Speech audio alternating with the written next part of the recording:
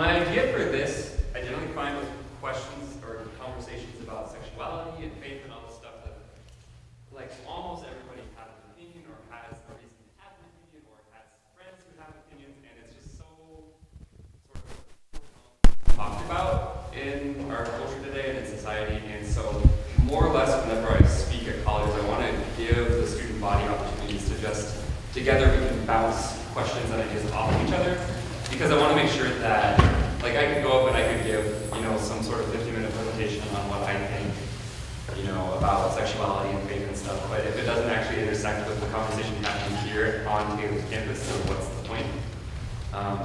And since I'm not from here, I don't feel particularly qualified to take that guess. So I guess I want to at least lead off with maybe 3 or 4 things that, as I've been involved with conversations about sexuality and faith, ways that I've seen the conversation break down, and like why it's so difficult for us to actually talk about this. And so hopefully just by maybe pointing out some of those factors, it can maybe demystify the frustrating experience a little bit and give name to sort of the anxiety that I'm sure all of y'all feel. Maybe it's just me, I have anxiety. So kind of the main things, and this will get me really brief and then we'll go into Q&A. I don't know about y'all's church, but I know like in my church that I grew up in, sexuality was not even particularly something we talked about all that much, and when we did, it was very just like, well, just don't do X, whatever it is. And there wasn't a very constructive vision of sexuality, what it meant to be sexual human beings as we grew up. So even having like a shared experience of talking about sexuality, it's still something that we have to like break the ice with. It's not something that we're often comfortable talking about in large groups or even as a part of a church like discussion. And so I found as I've talked at various churches and colleges that there is like a sort of with Christians who are even beginning to have this conversation, the vocabulary is new, the terms are new, the ideas behind things are new. And so I think that's one of the main things that I've noticed with what makes this difficult is language changes insanely quickly, right? I mean, 6 years ago, even like when I was just really starting the process of, oh gosh, it's even longer than that. 10 years ago, it's even longer. How old am I now, guys? It's been like 11 years since I've been like, really coming out and being more open and honest about my sexuality. And like the language back then even was so vastly different than the language now, right? And the way that people are identifying and the questions that are central are changing rapidly. And I think there's this frustration that people feel where it's like, okay, I've maybe just started to do some research, I've done some stuff, and then 2 years later, suddenly the things that you've learned are like no longer really applicable, right? People are using different words, different vocabularies, and there's a sense of like, you're always behind, right? And especially for, as I've talked with some churches, there's a sense of like, no matter how, there's that frustration, right? Like I thought, like I tried, and I learned this thing and suddenly I'm like wrong again. So I think there's this need to consistently re-educate ourselves in terms of like what language we're using. For instance, like maybe 10 years ago, like people would talk somewhat of queer theory, but it was still sort of more pejorative, like sort of like not as good of a word to use, whereas now, because there's so much conversation around sexuality, people are talking about like, yeah, I'm queer. Like that's just the easiest catch-all term because there's so many different, experiences of being a sexual minority that's sort of the easiest way. But back when pretty much just white gay males were on TV, that's kind of, they only had to have language for, oh yeah, gay, you're a lesbian, right? That was kind of it. But now, like people are being sort of more open and honest. There's more representation in media of different, experiences of sexuality. And so now there's different language. And I think, so on the one hand, we have to be willing to keep up with that. On the other hand, I think there needs to be some sort of, especially if you're trying to, like if you are a sexual minority and you're trying to kind of communicate with people and talk to people, there needs to be a willingness to always be willing to kind of meet people there and to discuss those languages. And if you want to talk about terms and words and stuff like that, we can do that. Another thing I found often between the church and society at large, and I'll say this in my keynote, just because of context, when I say the church, I'm largely going to be meaning like a more traditional or conservative church. just from what I grew up in, predominantly like white in my imagination. I go to a Latino congregation right now, and some things are similar, some things are different. But I found that when Christians think about sexuality, we often think primarily in terms of ontology. Do y'all know ontology? It's like what is at the core of what it means to be human, like the core essence of what something is. And because we think of sexuality in terms of theology, we connect it to God. And so there's this idea of whenever we talk about sexuality, we're talking about like the core of who you are. Oftentimes when people who aren't Christians are talking about sexuality, they're talking more in terms of social constructs. So not really the core of who you are, it's more how you exist in society, what it means to have a body in a culture, right? So when I say I'm gay, oftentimes Christians will hear it as like, wow, you're like identifying with that like core part of you. You're like, a core part of you you're saying is somehow like ontologically gay, right? And so then they freak out a bit and they're like, isn't your identity in Christ? Aren't you a child of God? You shouldn't use any other identification terms, like that's competing, right, for your identity in Christ. Whereas the way that I and most people would use sort of terms like gay, Latino, whatever, it's just like, if someone came up to me in the street and asked, like, are you gay? If I say no, because I'm a child of God, what are they going to think? They'll think that I'm attracted to women, when that's not the case. And so I think that there's this communication thing, where when I'm talking with people, I just want to use what is the most easily communicable, right? Like what actually makes sense in our culture to have this conversation. And oftentimes I find churches, because they frame things so much in terms of like ultimate matters and ontology and like core, essential who you are, they lose this ability to communicate with society in any sort of meaningful way. And that happens across a bunch of boundaries. The third thing that I think makes this difficult is how fast it's changed. Guys, only in 2012, so just 5 years ago, was the first poll that had support for same-sex marriage above 50%. Right? It's only been 5 years, actually, that America has largely been supportive of same-sex marriage. Like back in 1989, when the very first poll was done about people's opinions about same-sex marriage and sort of homosexuality in general, 12% of people said that they were like supportive of it. Right? That's when I was born, right? Like that's a very short lifetime. That's actually, in terms of like social changes, that's one of the fastest that's been recorded in history, in terms of like from overwhelming sort of condemnation to overwhelming support in culture. And so I think there is this understandable whiplash effect that a lot of people are experiencing where, I think especially with people like my parents, right? Like that's half their life, that in a sense, the way that they existed in the world, and the way that they talked and understood sexuality has changed, like rapidly. And now people who are growing up are, growing up in a culture where this is just the given norm, it's accepted, and if, you think differently, then that makes no sense, right? Like their worldview is one in which, like, of course it's fine. Like, what on earth are you talking about? And so I think because it's changed so quickly within just one generation, we're seeing a very heightened generational gaps. Even between millennials and Gen Z, right? Because like I grew up, where it was this very even like conflicted and like difficult, somewhat dangerous process of coming out, and this was only 11 years ago. Whereas a lot of, granted there's still real dangers for a lot of people, but in general, like the average age of people coming out now is like sub 15. Whereas for people in my generation, it's like 18, 19, like when we go to college and we get away from our families. And I think that's interesting, right? Like it's changing pretty quickly. And so we need to acknowledge, I think, when we're so caught up in these conversations, it can be easy to lose sight of just the whole historical trajectory and kind of how crazy all of this has been in terms of social change. And we need to acknowledge that there's going to be a lot of difficulty in this process. We need to give ourselves grace. We need to give other people grace. And lastly, I think too, and then just for real, I want to open this up to Q&A, especially in churches.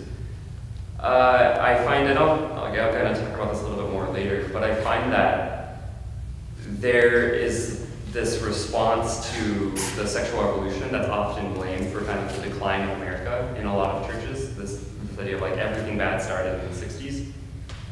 which, let's ignore slavery. But anyway, there's this, like, once the 60s hit, that's when the US started going downhill, right? And so, like, a lot of narratives frame, like, the decline of America on the sexual revolution. And so, because this is something that deals with sexuality, it's sort of often in terms of how people think about sort of the narrative of history in their head. Like, this is sort of the thing that's responsible for the spiritual, moral, political decline of the United States. And so I think in a lot of ways there's that much heavier loaded language. Oh, and also I guess the last one in terms of why it's difficult, and this is true for me.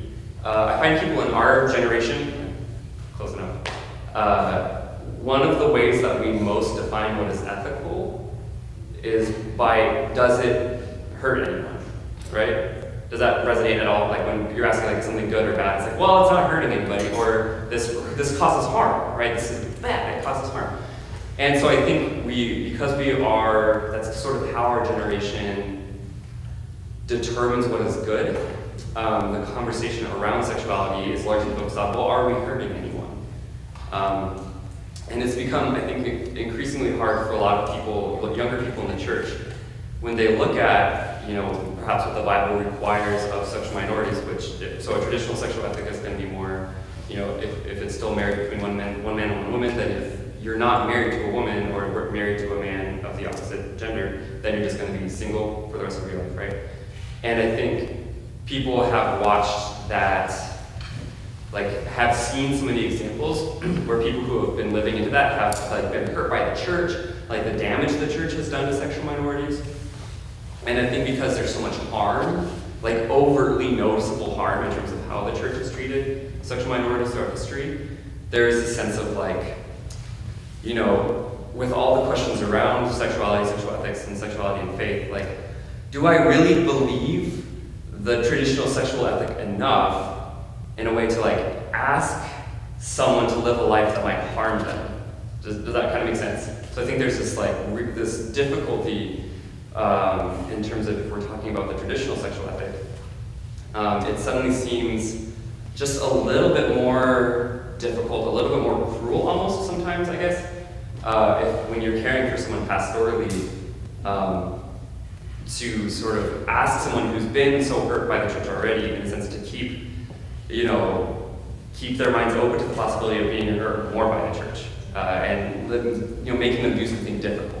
And so I think so long as, and it makes sense, obviously we don't want to harm people, and I don't think that's a bad ethical metric.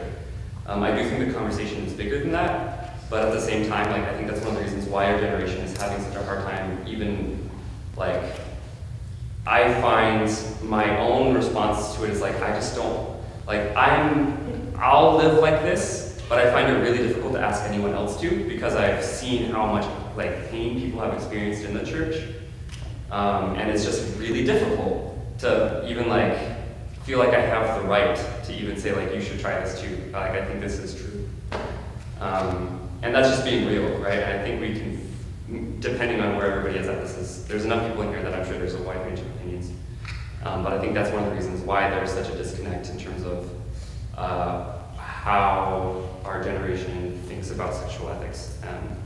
And at the end of the day, I think a lot of us feel this sense of well, I just want them to be happy, kind of a thing, and is that really so bad? Is that so bad? And then people who are on the fence are maybe it's not that bad, but I still believe what I believe, so how do I navigate that? I can't just sort of jettison it.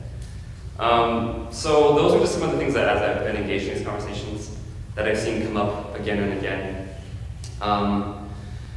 But this is really y'all's show. This is y'all's home right now. These are your friends. These are your stories.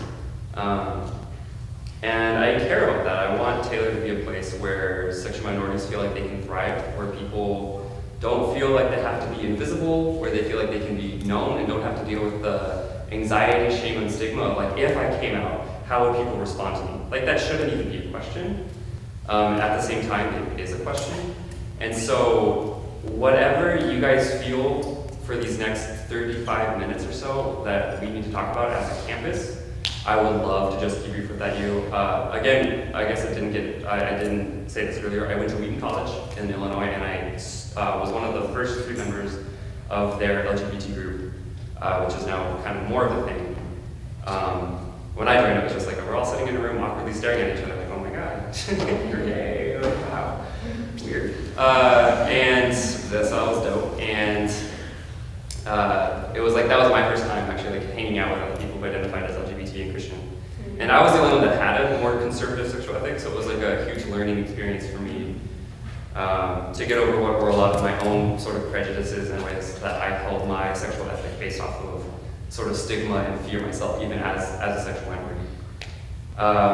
So yeah, I'm just gonna open it up. This has gotta be a room of a whole lot of grace, a whole lot of patience, and a whole lot of understanding.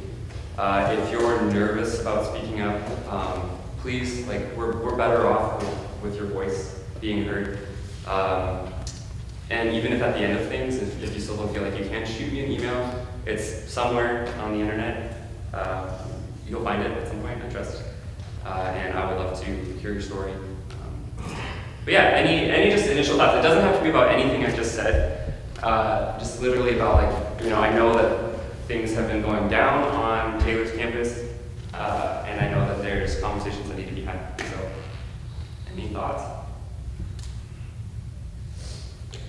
Otherwise, I'm just gonna like awkwardly sip my coffee really loud until it's over.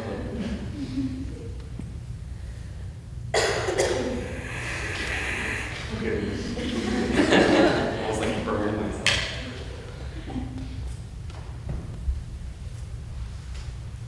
I've seen some of y'all's eyes. Can't hide it from me. Is that a hand or hair? I was thinking about it being hands-off. That would perfect. How would you suggest supporting a brother or sister in Christ who's conflicted about whether or not they want to pursue a same-sex relationship or want to try to follow, as you said, a tradition? Yeah. No, and I think that's a great place to begin. And I think that's often one of the first most important things to ask, right? Is like, I know someone, who's a sexual minority, like, how do I support them? It's tough, right? Because there's this feeling of like, the whole Christian confliction of like, I want to support them, and if I have my own ideas about like what it looks like to encourage them in their walk with Christ, it might look like in, encouraging them towards celibacy, but there's all that I want to be their friend, what if they choose differently? I think especially, and guys, take or leave my advice for reals, this is just my own personal reflections, but as I've walked with people through similar decisions, right, I've often found that, like, me, one way or another, saying, like, I think you should do this, I don't think you should do this, doesn't ultimately doesn't change much in terms of kind of what decisions they ultimately make. Like, there's a lot of other things going on. But what does matter is that sense of like, but I'm here for you. Like, I still love you. And depending on whichever decision, it doesn't change the fact that I still love you and I still will be here for you. A friend of mine was reflecting on that question of like, going to like a gay wedding, right? Like, I think a lot of Christians were like, no, I couldn't. That'd be supporting sin and all this kind of stuff. And she was like,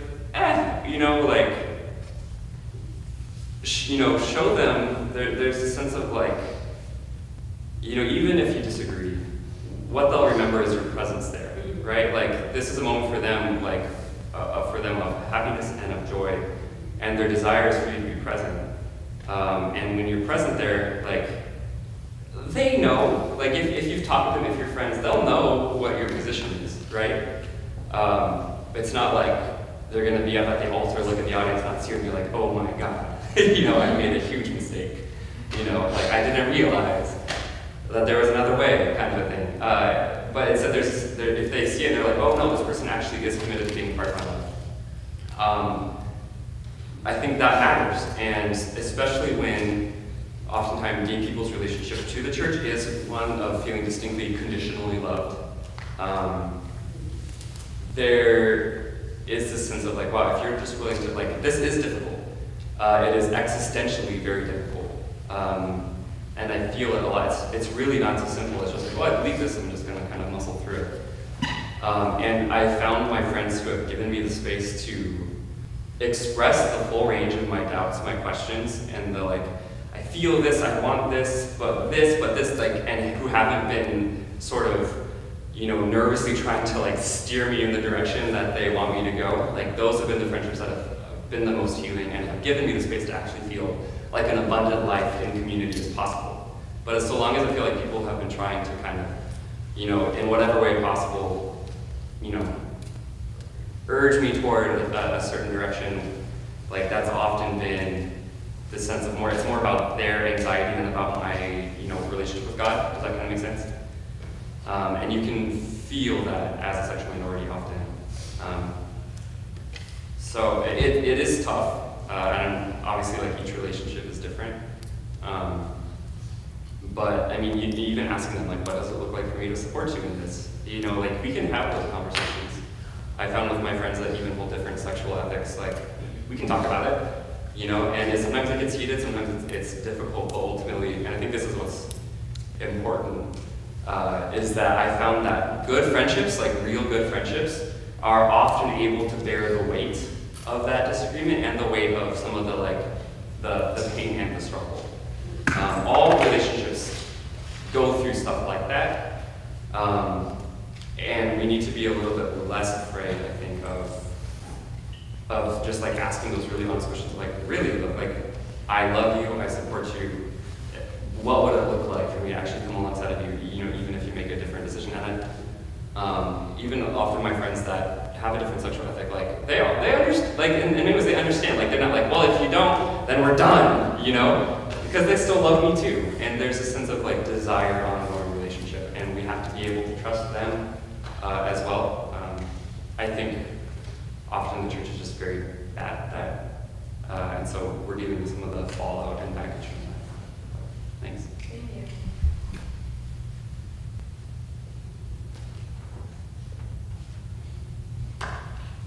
Perfect. Are you, okay, so I guess this is my question.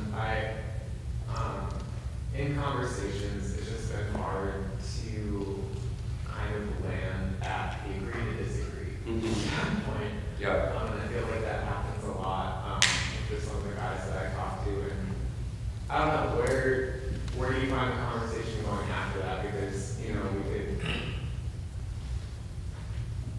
like they have this predetermined response of like all, like of scripture and all that. And, like I can't say otherwise, but it's difficult to kind of land in a spot to agree to disagree. And I'm not sure like where. Yeah, dude, I feel that, right? Part of that is, right, like, in this particular cultural moment, like, agreeing to disagree is something that we're not particularly good at. There's a quote he's a Facebook author and kind of has a bunch of other websites that he has. Son of Baldwin, he's like a social activist, and he's a queer person of color, and he's very, very anti-Christian actually. But his quote, like we can agree to disagree so long as our disagreement is not rooted in your oppression of my humanity. And I think that there is this some sense of like everybody, often with more conservative views, are like, this is about like ultimately God, and the holiness of the Bible, and any disagreement like is a lie against God. And oftentimes people, who have like more progressive or affirming standpoints are like, this is about like who I am as a person and whether or not I can like, experience like love and acceptance in society. And so oftentimes the stakes when we think about it abstractly are so high. And like all of those things are, I think, coming in to play, right? So if it were just about the relationship and the one-on-one thing, I think it would be much more doable. But often for people, you're right, it's about their whole way of seeing the Bible. If they agree to disagree, there's a sense that they've betrayed the clear witness of Scripture. And there's a sense of why we can't do that at all costs. We can't give up what we see as the clear witness of Scripture. And so my first chunk of my answer to the question is not a particularly hopeful one. It's that the unfortunate reality is that we inherit the history of the world before us, and unfortunately a part of this inheritance is that sometimes, we can't. And it just sucks. It just absolutely sucks. I wish that it weren't so difficult, and I don't think it had to be this way, but it doesn't change the fact that it is this way because of certain decisions and cultural factors that happened in the past. And sometimes there's no way around it. And we receive that reality like a wound. And I hate it. But I think it's important to at least acknowledge that happens sometimes. There's not always a nicely resolved ending. And I think too, the other thing going off of that is history is long. Our lives continue, and you never know. Even if that aspects of that relationship end, each person continues, and their lives go on, and they change. So there's always chances for reconciliation later. So it's not always hopeless in that sense too. I found some of my earlier relationships. Again, we came to a spot where we just couldn't get past the disagreements.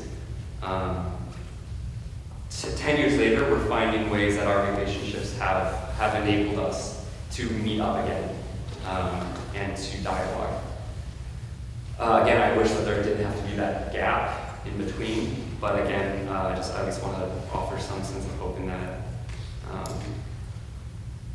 In terms of when it's actually happening in the moment, it's so tough. It's different for each person, I'm thinking of those relationships, and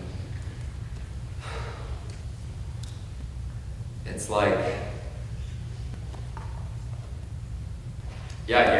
each one, there's been some relationships that I thought for sure were going to end because we got to a point like that. It was the end of the conversation, and it was actually a kid I mentored.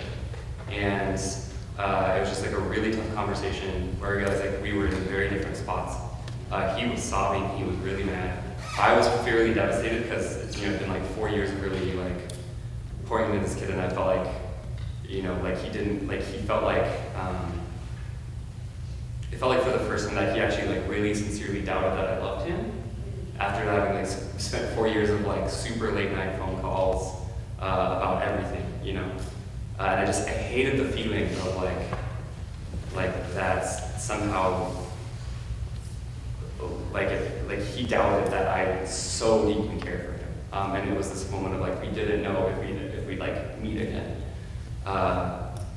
2 weeks later, we met again, and it was still tough, but we met again, and we've found a way to keep meeting, And I can't really explain what made it possible to keep going, but there was at least a mutual commitment to, even if with this really intense disagreement, that we don't have to agree to disagree, but at the same time, we're still able to be in a relationship, apparently. So I guess we're just going to keep doing it. When it comes up, we'll handle it when it keeps coming up. But I've often found in a lot of my relationships, you're able to develop a level of maturity and self-possession in which, again, you don't agree to disagree. You disagree very strongly, and yet somehow the bond of love is stronger, I guess, and it makes the relationship possible. And in my head, it feels like a miracle, I guess, whenever it happens. But I always want to foreground that as possible. And I think oftentimes when we look at how difficult this conversation is in public, it seems impossible. But at the end of the day, it happens, and we can hope for that. If it doesn't work, that's just an ultra sucky wound that, I just think is super sad. And find ways to mourn. We have to be able to mourn. Because otherwise it'll just pile up on top of us.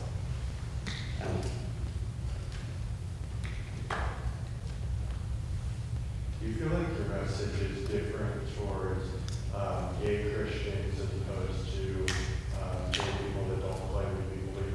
Yeah, absolutely. It really depends on how much exposure have they had to church. What sort of language do I use? What sort of assumptions do I think they're making about sexuality in general? I often find, with the gay people who don't know or aren't affiliated with the church and don't consider themselves Christians, there's so many other things to talk about. Oftentimes there are problems with the church. Part of it has to do with sexuality, but gosh, there's so many other things too, And I've often found just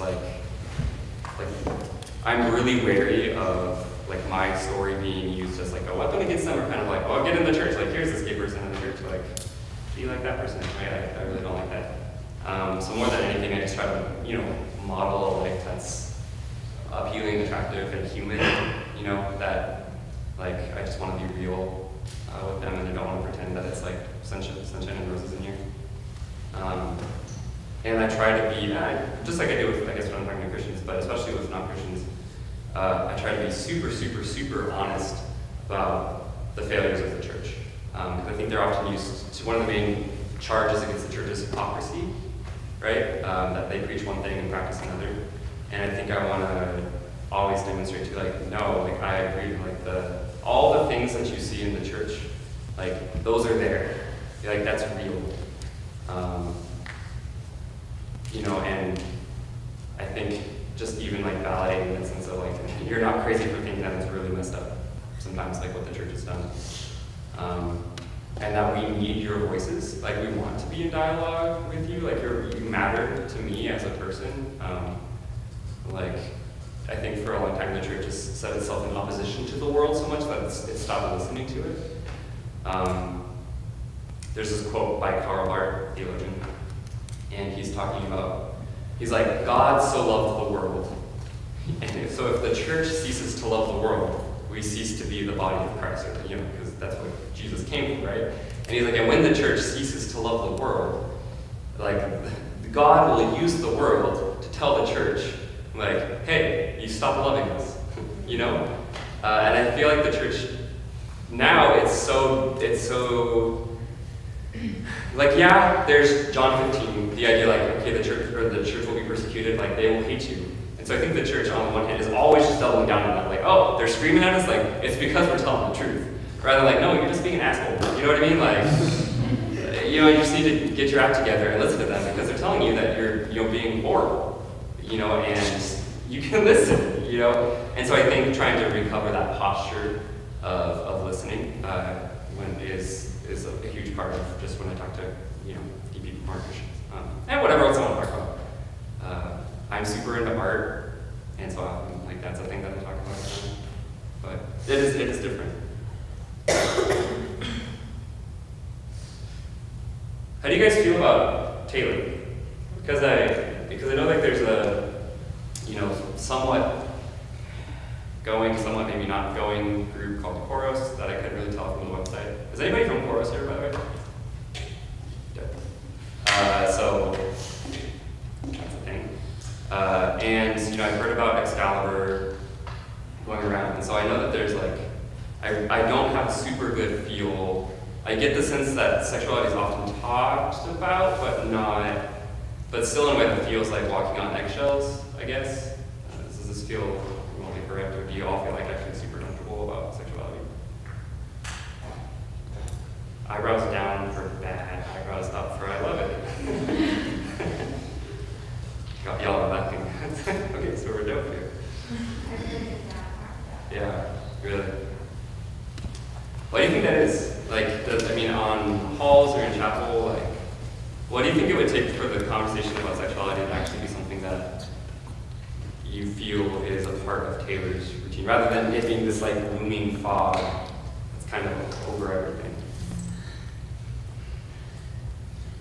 I think the thing is probably a lot of people want to be loved and not hated, and if they disagree or agree with someone and they're on the other side, then they're hated and they have in the sense of I disagree with what side you're on. Yeah. So I think getting over that hump of I just want to have a conversation, but I don't want to be hated. But I mean, let's say they're hated, that's fine.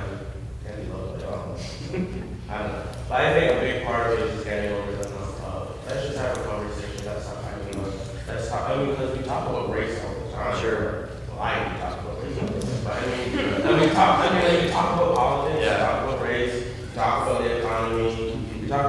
those things, if you want to talk about something else, just talk about it. Like, have a conversation.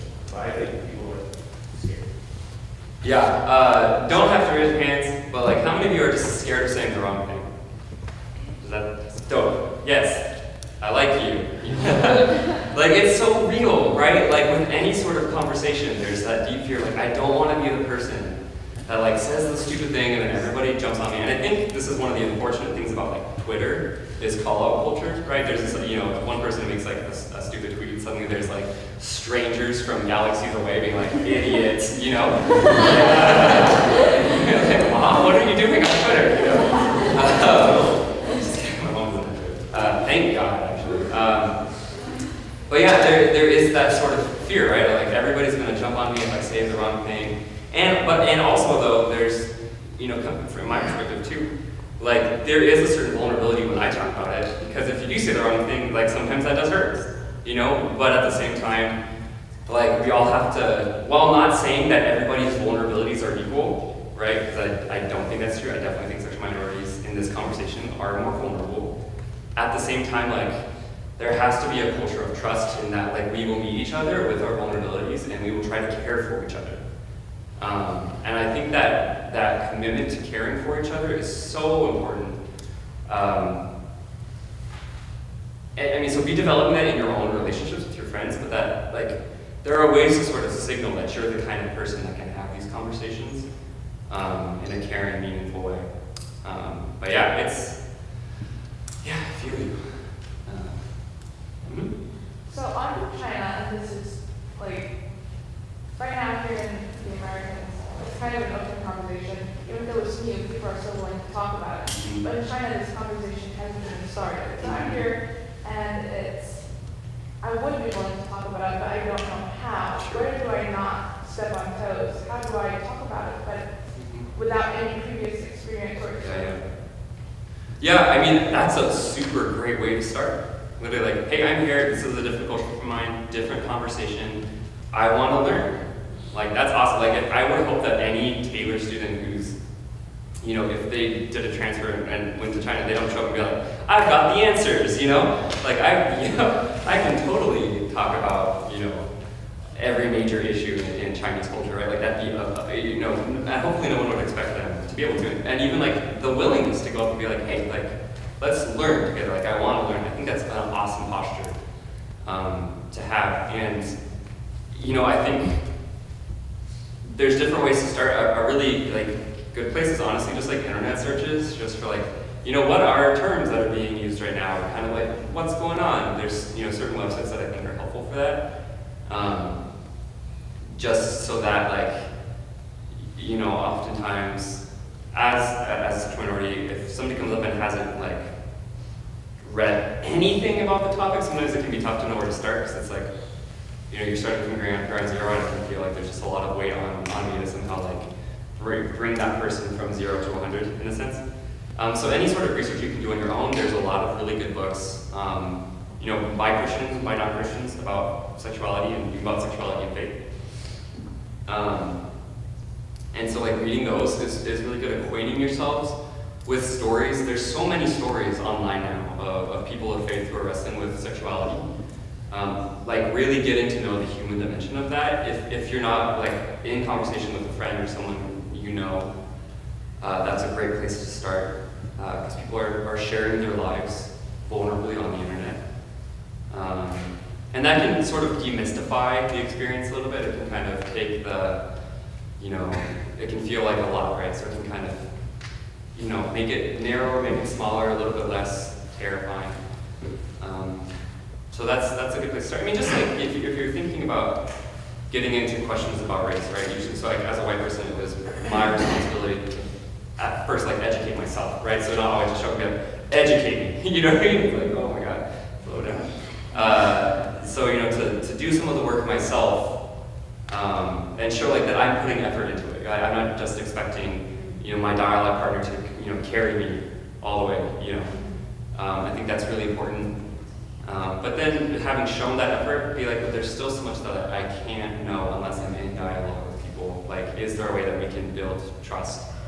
So I think that's just, you don't have to pretend to have it all together. you say like, I'm gonna make mistakes, I'm so sorry in advance, and then also apologize like during and after, you know, that goes a huge way. Guys, posture, like, I can tell almost instantly whether or not a conversation with someone is gonna be productive or exhausting, depending on how they approach the topic and what their posture is. So if you're just the kind of person who fosters this general stance of like openness, of humility, of eagerness to learn, that goes a huge way to making me feel like you're trustworthy, like we can talk, you know? You were talking earlier about how we're like going between being gay and being like a child of God and not. Yeah. They like a child of God. So for you personally, like you go around and you speak about it, and obviously it's a huge part of your lifestyle. And like I can be totally wrong. I don't know people who know you, but like for people within your congregation and things like that, it's like, oh, there's a gay person. Yeah. So for you personally, how do you maintain that that's not your like the core belief? Sure, yeah. It helps that I'm a doctoral student, so I have no other room in my life for anything except for studying. So that's the core of who I am. Yeah, I found for me, I mean, the first step was to actually not care so much if other people thought I was over-identifying. I think when I was really engaged in conversations about like, you know, labels and identity and all that kind of stuff, I was thinking about it way more, you know, and it was like consuming a lot of my mind. Whereas once I was like, whatever, then it actually just like took up way less of my time and I thought about it way less. Weird, right? So I found like I felt the most defined by my sexuality when other people were freaking out about whether or not I was defined by my sexuality and whether or not they were using that as a way to try to control me. I was kicked out of my first church that I grew up in. During the internship, I came out, I was like a celibate, all this kind of stuff. But because I identified as gay and because I waved my hands like this, it wasn't good enough. And so they forced me an internship. For various, so like, and they were so concerned about how I dressed, how I talked, how I moved my body, like I didn't even use the word gay when I was talking with them. Like, it wasn't about that. And so like, I just got the sense that like, it's really not about labels. You know, it's about them in a sense feeling comfortable with me. And once they kind of, like, it's not, like, there is a conversation to be had about the language you use. Language doesn't matter. At the same time, I found when I was the most obsessed about it and, like, trying to figure it out was when I felt the most consumed and dominated by it. Whereas, you know, and each person's different, but for me, just in my community, with the work I do and kind of where my focuses are, like, it's an important part of my life that does definitely influence the way that I interact with the world and the way that I approach faith, church, society, all that stuff, right? And I think that's important, and I don't ever want to pretend that that's not. On the other hand, it's also just like, yeah, it's just a part of my life, right? Like, whereas before, every time I bring it up in a conversation, it was sort of like, I had to clear the table of anything that was on it, and I'm like slammed like gay on it, like let's talk about it kind of a thing. So that's what it felt like, right? Whereas now we can just talk about it over the meal, you know? And that's just a lot better. So I think that there's that, in terms of people who are really wrestling with the debate, especially if you're not a sexual minority yourself, oftentimes, right, the intensity with which we think it really matters can be counterproductive. And I guess the other big aspect of it is it's not entirely up to me whether or not my sexuality sort of defines the way people react to me. In many ways, it's up to other people, right? It's sort of, think of like purity culture, right? Like the church has spent so long, like putting the weight of like women, you're basically in charge of men's eyes. You know what I mean? And you're like, so all the pressure's on you to control something that someone else actually controls. Like that right? And then this leads to rape culture and blaming, you know, like, what were you wearing, as if that matters, right? It's not about that, right? But the church spends so much time thinking about you know, moderating someone else's responses rather than like you just like doing anything and trusting other people to kind of like deal with their own stuff. And so I found with sexuality that's often a big thing. It's kind of like we can have conversations about it. But generally speaking, the more that you're depending on me to control other people's reactions to me, like this is just not going to be good for anybody, you know. Can you talk about your experience in like res life? Because I know a lot of us are considering leadership positions in the res life that are at this conference, and I know at least in all guys forum, the conversation around sexuality can feel toxic a little bit. It is toxic. I've heard it in the instances, so. God, red light, guys. Like, whatever. Whose idea is this? I think it can be a really beautiful thing, okay? And I think the community that Res Life offers is a great time of you know, to be vulnerable and to share stories. It's also can be ridiculous. I think, gosh, so many thoughts on it. So if you're a leader, if you're like a leader who's also a sexual minority, there is that added sense of like, well, my guys, or so I'm just talking from my own perspective, like, so people that you're living with, like, will they suddenly feel like there's distance between me and them if I come out? Like, will they suddenly feel weird? Like, obviously, like, out in my norm, like, people walk around naked all the time. Like, will that suddenly be like a thing that they're freaking out about? All this kind of stuff. And these are like, it's stupid, but sometimes these are like real questions that you have to ask, like, what is the culture you're for? And, like, you know, will they close up if I'm open? Like, I feel you. That's one of the things to like talk to your other staff about. At the end of the day, like, well, I think one of the best things you can give to your students is your own story, your own vulnerability, is opening up to them in that way and demonstrating a sort of radical vulnerability. That's like when I was initially, so I wasn't out my freshman year, and every time I would share my testimony, it was primarily about loneliness. Right? Which is true, I was lonely, but that didn't really get in many ways the heart of why I was so lonely. And it was specifically because I made my testimony about loneliness rather than about what God was actually doing in my life, which had a lot to do with my sexuality. When I then became a student leader in my hall and I was leading a small group, I decided if I'm going to be open, if I want them to be open, I have to be open. And so I gave my whole testimony, pretty much blacked out during part of it. It was like the first time I really came out to people. And it was like, I was lucky, it was received incredibly well by the freshmen that I was mentoring, like, and it set the tone for the rest of that year, where like our small group guys, like we didn't just meet regularly once a week the whole year, we met twice a week. Only 2 people missed 1 hour-and-a-half long Bible study once, like the whole year. And we met twice a week for an hour and a half each time. Whatever happened, like we gelled, like, instantly, because we were all willing to really go there with each other and carry our stories with dignity and honesty. So I think that's really important. At the same time, you gotta read, I think Taylor's a good environment to be open. I've done other forms of res life, when I did an internship in South Africa with a more Pentecostal ministry, and that would have not been a great time to come out, considering they were like also actively trying to like cure somebody of their homosexuality. So I talked with that person. Anyway, it was a whole thing. So like you've got to kind of play it by ear, right? For those of you who are not sexual minorities, yeah, definitely 100% talk about it at the time. Like I don't think that's even a question. Like you have literally nothing to lose. This is part of I think what it means to be an ally in this. Like your brothers and sisters who are sexual minorities, who are like they have to think about all these things about how will people respond to like me and my body, right? Like that's totally different than just like, well, I hope I don't make them awkward or disagree with them, you know? And I think like you gotta be willing to have those conversations. If someone says anything remotely homophobic, are we doing the kind? No. Okay, cool. If anyone says anything remotely homophobic, shut it down. Like you like have the same tolerance for this as you would for like racial insensitivity, misogyny, all these things, right? And then really support those in your cohort or in your other forms of leadership who are sexual minorities, who might be dealing with the anxiety over like how their norm is going to react.